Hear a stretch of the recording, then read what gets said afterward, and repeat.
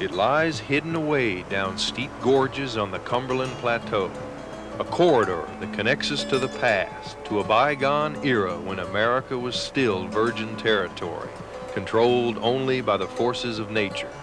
This is the Obed River in Morgan County, federally protected as the state's only wild and scenic river. It's born from a merger of Daddy's Creek and Clear Creek with the Obed, and flows 40 miles undisturbed by the centuries. As you can see here, there's no evidence of man having been on this river other than just to pass through. You don't see any cleared fields, you don't see any roads, you don't see any railroads or anything that shows signs of white man's progress. The rocks we see date back to the Pennsylvanian age, about 300 million years ago.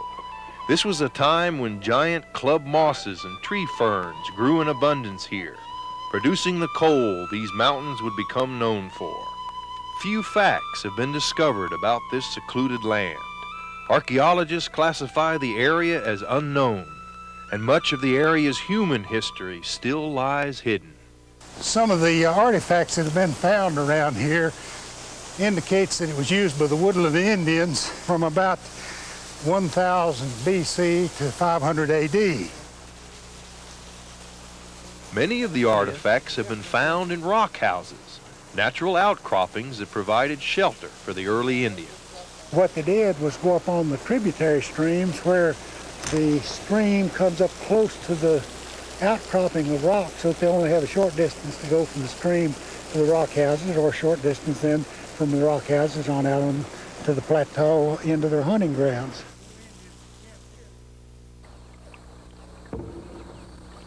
There are lots of deer and wild boar. Occasionally a bear will wander through.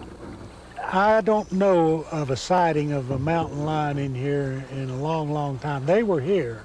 There's no question about it. Timber wolf too, probably. Timber wolves were in here at one time. In fact, in the courthouse at Wartburg, there's some records of bounties being paid on wolf scalps. There's a great fish in here too, isn't there? Yeah, the Ohio River muskie, or the Cumberland muskie, it goes by both names, was native to these plateau streams.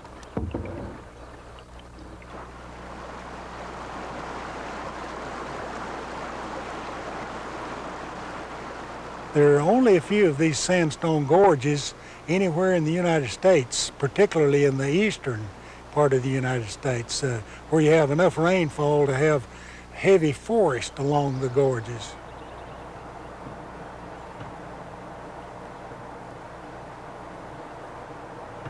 There's some value in having some wildness, or something that's wild and preserved in its natural state, just to know that it's out there if you never see it.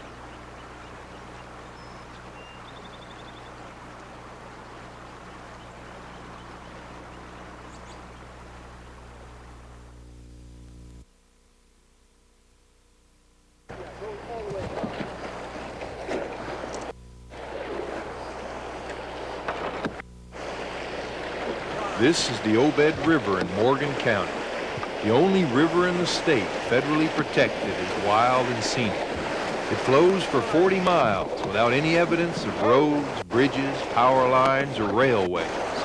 Because of its seclusion, few people have seen this East Tennessee Eden. And for those who do visit, the river demands respect. And the water's quite low for us. It changes character considerably if the water rises. It's dropped lower.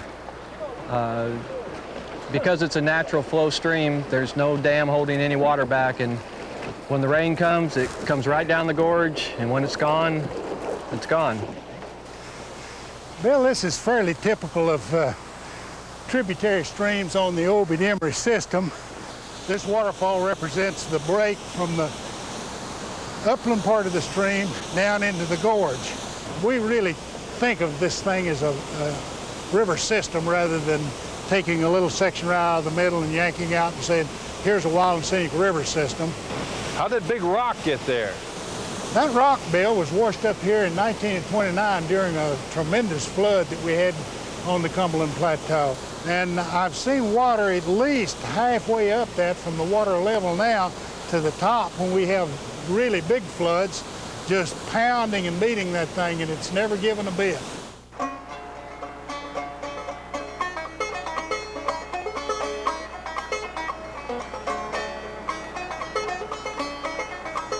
Now this, you've gotten to the heart of the whole system here. You're right in the middle. The rapids are named, that's called number 1 rapid, number 2 rapid, number 3 rapid, and that one's called the Widowmaker. The Widowmaker. Good, good, good. Keep drawing. That's enough. Now draw, draw. Good, good.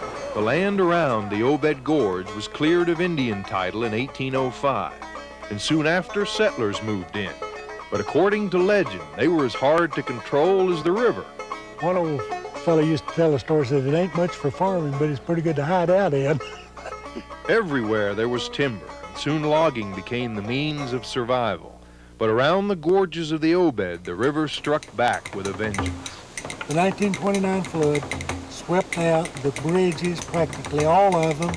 It took out the railroad that went into Catoosa, so that by the time that flood was over, almost everything was at a standstill here. There was a water-powered mill that set right in front of this big rock that we've been looking at.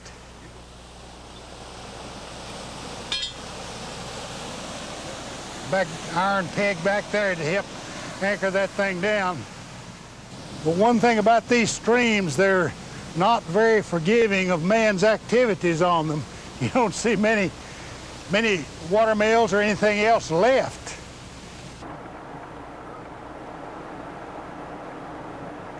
Man introduced himself to this river and he found out that he couldn't do much with it, so that it's back pretty much in the condition that it was in originally.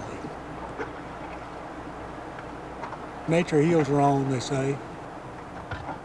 She's rare indeed, a river that man does not control.